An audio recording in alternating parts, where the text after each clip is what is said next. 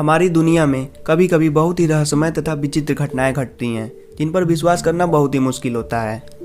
हम लोग भी अपने जीवन काल में कुछ ऐसी घटनाएं देखते या महसूस करते हैं जो हमें यह सोचने पर मजबूर कर देती हैं कि आखिर यह कैसे हो सकता है। और जब इस सवाल का कोई जवाब नहीं मिलता है तो हम उसे संयोग या इत्तेफाक का नाम दे देते हैं। आज हम इस वीडियो में भी इतिहास के कुछ ऐसे ही रहस्यमय संयोग के बारे में बात करेंगे जिन पर आप शायद ही यकीन कर पाएंगे। नंबर 1, वाल्टर समरफोल्ड ब्रिटिश सेना में अफसर थे। साल 1918 में प्रथम विश्व युद्ध के समय उनकी तैनाती बेल्जियम में थी। एक दिन वह घुड़सवारी कर रहे थे कि तभी उनके ऊपर आकाशीय बिजली गिर गई, जिससे उनके कमर के नीचे के पूरे शरीर में लकवा हो गया। हालांकि कुछ ही महीनों में वह पूरी तरह से ठीक हो गए, लेकिन सेना ने उनको जबरन सेवा से मुक्त कर दिया था। वाल्टर समरफोल्ड के साथ दूसरी घटना ठीक 6 साल बाद 1924 में घटी, जब वह कनाडा में अपने नए जीवन की शुरुआत कर चुके थे और वह पास के एक तालाब में मछली पकड़ने गए थे कि तभी अचानक फिर से उनके ऊपर आकाशीय बिजली गिरी, जिससे उनके शरीर के दाएं भाग में लकवा हो गया। लेकिन चमत्कारिक रूप से वह 2 साल में फिर से ठीक हो गए और घूमने फिरने लगे। अब इस घटना के 6 साल बाद यानी कि 1930 में भी वाल्टर समरफोल्ड के साथ फिर से उसी प्रकार की एक घटना घटी, जब वह एक पार्क में टहल रहे थे कि तभी अचानक मौसम खराब हो गया और आसमानी बिजली फिर से उनके ऊपर आ गिरी। इसके बावजूद भी वह 2 साल तक जिंदगी के साथ संघर्ष करते रहे और आखिरकार 1932 में उनकी मौत हो गई। वाल्टर समरफोल्ड की मौत के बाद उनके घर वालों ने कनाडा के वैंकूवर में स्थित माउंटेन व्यू कब्रिस्तान में उन्हें दफना दिया।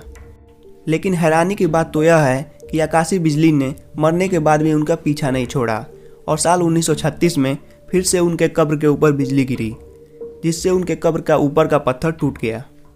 यह घटना भी पिछली घटना के ठीक 6 साल बाद ही घटी थी और अब हर 6 साल बाद उनके ऊपर आकाशीय बिजली क्यों गिरती थी, यह आज भी एक रहस्य है और इसी कारण उन्हें इतिहास का सबसे बदकिस्मत इंसान भी कहा जाने लगा।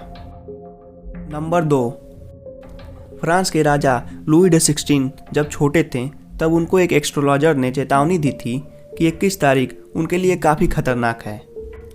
और उस एस्ट्रोलॉजर ने उनको ये भी एडवाइस दी थी कि हर महीने की 21 तारीख को वह बाहर ना जाएं और हो सके तो वह अपने सुरक्षाकर्मियों के साथ ही रहें। उस एस्ट्रोलॉजर की चेतावनी ने लुई द 16 को बुरी तरह से डरा दिया था और वह हर महीने की 21 तारीख को किसी भी आयोजन में भाग नहीं लेते थे और वह लोगों से संवाद भी नहीं करते थे और अक्सर वह अपने बेडरूम में ही खुद को बंद रखते थे। लेकिन इन सभी सावधानियों के बाद भी 21 तारीख को ही उनके साथ कई बड़े हादसे हुए।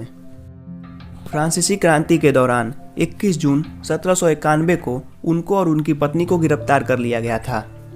21 सितंबर 1792 को ही फ्रांस में शाही शासन को समाप्त कर दिया गया और 21 जनवरी 1793 को लुई द 16 को गिलोटिन से मार भी दिया गया।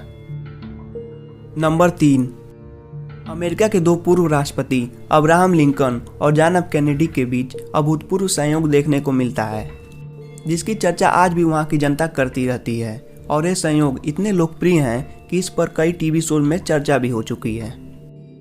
जैसे कि अब्राहम लिंकन को 1860 में अमेरिका का राष्ट्रपति चुना गया था और उसके 100 साल बाद कैनेडी को भी अमेरिका का राष्ट्रपति चुना गया। दोनों राष्ट्रपतियों की हत्या शुक्रवार के दिन उनकी वाइफ की मौजूदगी में सिर पर गोली मारकर की गई थी।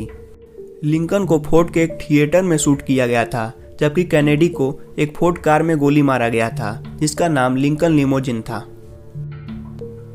लिंकन के हत्यारे जॉन विल्स बूथ का जन्म 1839 को हुआ था और कैनेडी के हत्यारे ली हार्वे ओसवाल्ड का जन्म भी ठीक 100 साल बाद 1939 को हुआ था। दोनों हत्यारों के फुल नेम में 15 लेटर हैं और दोनों हत्यारों की सुनवाई से पहले ही हत्या कर दी गई थी। नंबर 4, मार्क ट्वेन अमेरिका के एक महान राइटर थे जिनका जन्म 1835 में हुआ था और उन्हीं दिनों हैली नाम का धूमकेतु तारा पृथ्वी से दिखाई दिया था। हैली का धूमकेतु हर 75 साल के बाद पृथ्वी के करीब से गुजरता है। मार्क ट्वेन का कहना था कि वह धूमकेतु के साथ ही आए थे और धूमकेतु के साथ ही जाएंगे और अगर ऐसा नहीं हुआ तो वह उनके जीवन की सबसे बड़ी निराशा होगी। 20 अप्रैल 1910 को हैली का धूमकेतु पृथ्वी के करीब से गुजरता है और ठीक इसके अगले ही दिन मार्क ट्वेन की भी मृत्यु हो जाती है। यह अपने आप में एक बहुत बड़ा संयोग था और मार्क ट्वेन की भविष्यवाणी भी सच साबित हो चुकी थी। नंबर 5, जोसेफ फिगलक एक स्ट्रीट स्वीपर थे जो डेट्रॉयट शहर में काम करते थे। अक्टूबर 1937 में जब वह डेट्रॉयट शहर की गलियों में घूम रहे थे कि तभी अचानक एक छोटा बच्चा चौथी मंजिला इमारत की खिड़की से उनके ऊपर गिरता है और जोसेफ के ठीक सही समय पर वहाँ मौजूद होने के कारण बच्चे की जान बच जाती है।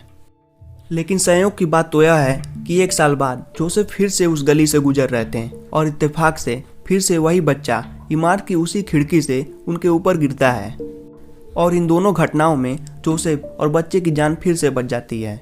अब इसे इत्तेफाक कहा जाए या कुछ और, लेकिन यह घटना डेट्रॉयट शहर में चर्चा का केंद्र जरूर बन गई थी। अगर आपको यह वीडियो पसंद आया है तो हमारे चैनल को लाइक करें और सब्सक्राइब करें और आप इसके बारे में क्या सोचते हैं हमें कमेंट करके ज़रूर बताएं। धन्यवाद।